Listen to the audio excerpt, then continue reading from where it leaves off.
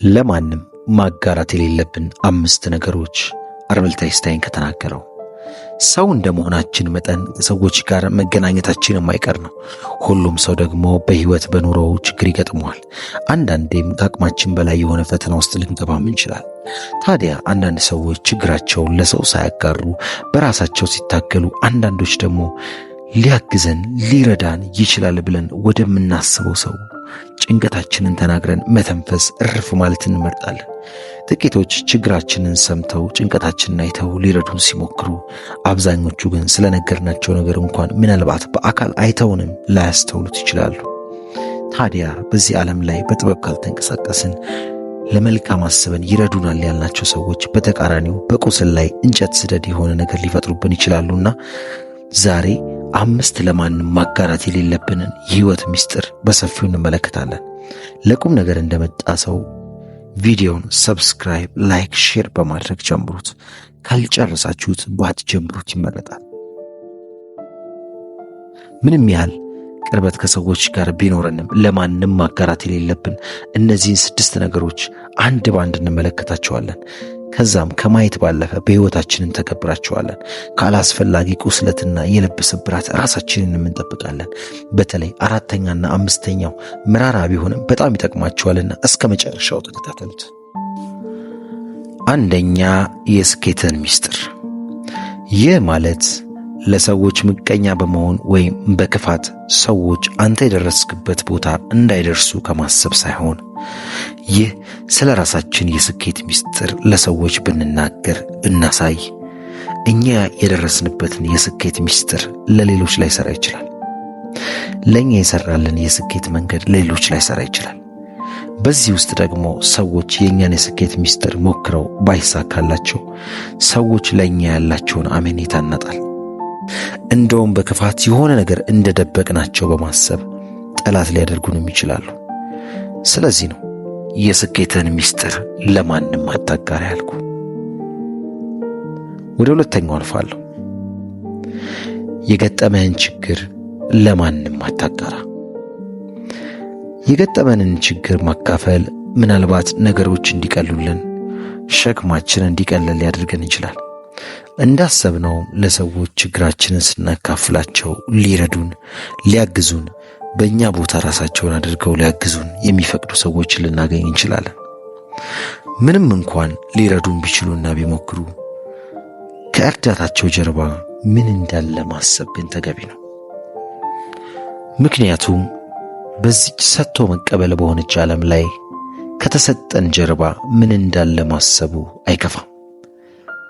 ይህን እንኳን በቀላሉ ብናልፈው፣ አንዳንዶች ደግሞ የእኛን መቸገርና ችግር ገመናችንን ለነርሱ መንገራችንን እያዩ እያላቸው እንደሌላቸው ሲሆኑብን፣ መርዳት ሲችሉ እንዳልቻሉ ሲያስመስሉብን ልባችንን ያቆስለዋል፣ ውስጣችንን ይጎዳዋል። ከንፈርን እየመጠጡ ሊያላግጡብንም ይችላሉ።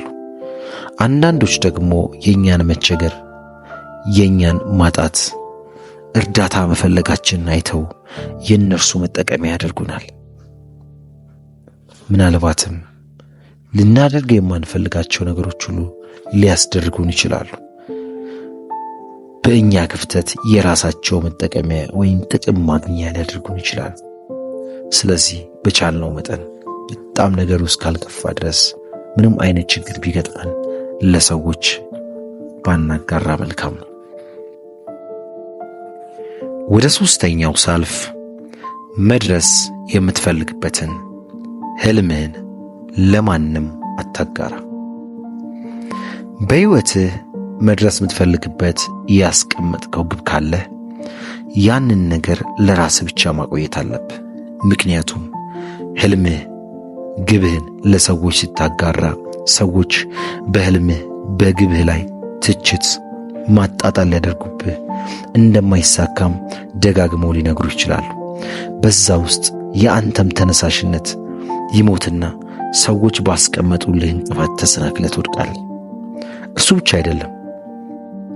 በቅዱስ ቃሉ ላይ የዮሴፍን ታሪክ ስንመለከት ትልቅ ህልም ከወንድሞቹ የተለየ ህልም በማየቱ በልጦ በመገኘቱ ሲቀናበት ሲሳለቁበት፣ አሳልፈው ሲሰጡትም ጭምር በገዛ ወንድሞቹ ተመልክተናል።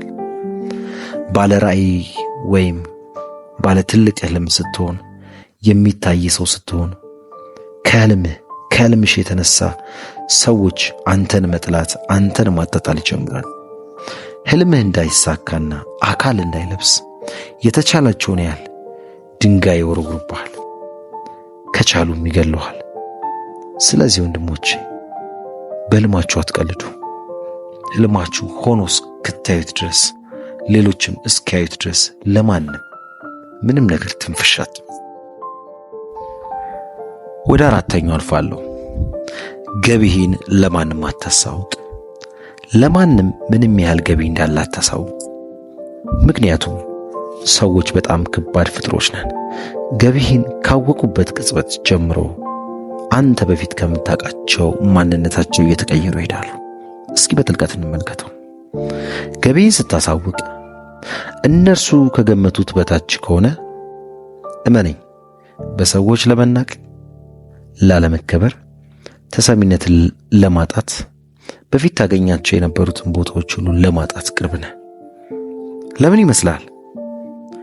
ሰዎች ማንነትህን በትንሿ ገቢ ስለሚለኩ ነው።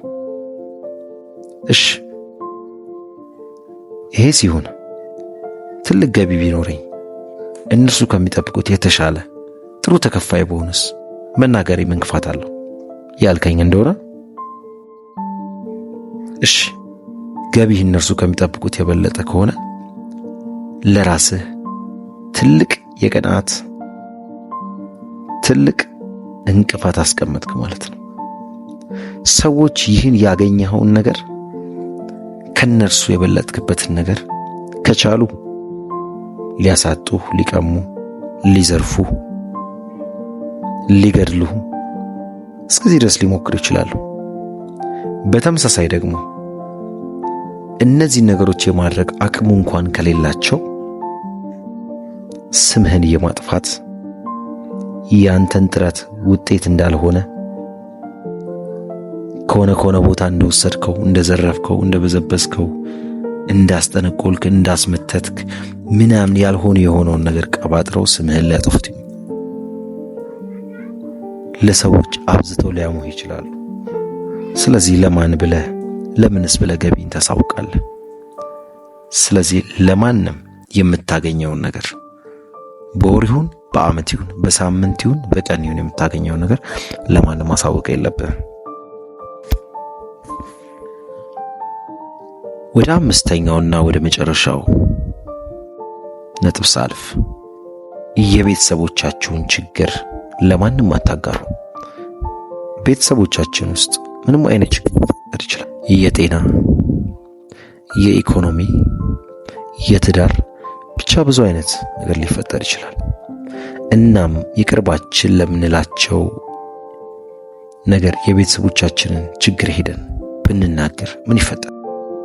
የቤተሰቦቻችንን ችግር ሄደን ተናግረን እረፍትን ለማግኘት አስበን ለሰዎች ልናጋራ እንችላለን፣ እንደ ማንኛውም ሰው ማለት ነው።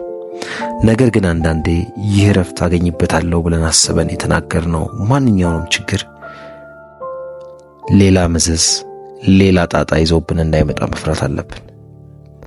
ምናልባትም ባለትዳርም ከሆነን እስከ መለያየት ድረስ ችግሩን ሊያባብሰው ይችላል።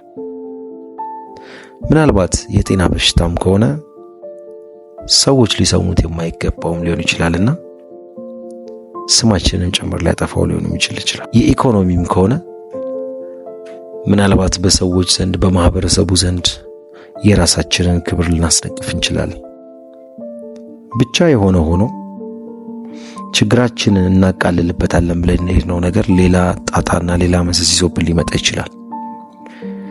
እንደውም በጣም ችግሩ በጣም እየከፋ ሲሄድ ቤተሰብ ሙሉ እስከ መበተን ድረስ ሊያደርስ ይችላል። ግን ይህ ምን ማለቴ ነው? እንደው ችግሩ በጣም ሲከፋ ያያችሁ ዝም ብላችሁ ተቀመጡ ማለት አይደለም። ቢያንስ ለምትናገሩት ሰው ማንነቱን በደንብ መርምሩ። አለበለዚያ መጠቀሚያ ሊያደርጋችሁ ይችላል። የምትናገሩት ሰው ምን አይነት ፐርሰናሊቲ ያለው፣ ከዚህ በፊት የነበረው ባክግራውንድ እንዴት ነው? ከሰዎች የምትሰሙት ነገር ስለሱ ምንድነው? የምሪያ ሰው ሊረዳችሁ የሚፈልገው ነገር ወይም ያ ነገር ቢሰማችሁ የምርም ሊረዳችሁ የሚችል ሰው ነው ወይ? ሚስጥራችሁን እንደናንተ ሊሸፍን የሚችል ሰው ነው ወይ? እንደዚህ አይነት ሰው ማግኘት ቢከብድም በጣም ችግሩ ከባሰ እንደዚህ ማድረግ። አለበለዚያ ደግሞ ለምሳሌ የጤና ችግር ከሆነ የጤና ባለሙያ ማማከር። ምክንያቱም ያው የጤና ባለሙያም ራሱን ችሎ ሚስጥር መጠበቅ ስላለው። የኢኮኖሚ ችግር ከሆነ ደግሞ የተለያዩ አማካሪዎች፣ የቢዝነስ አማካሪዎችን ማማከር። የትዳር ችግርም ከሆነ እንዲሁ ኮንሰልታሲዎችን ማማከር እንጂ በተቻለ መጠን አውቀዋለሁ፣ ያቀኛል፣ ጥሩ ቅርበት አለን ብቻ ተብሎ የማይነገሩ ነገሮችን መንገር የለብንም። ውድ የቻናሌ ቤተሰቦች ከዚህ ቪዲዮ በጣም ብዙ አስተማሪ እውቀቶችን እንዳገኛችሁበት ተስፋ አደርጋለሁ።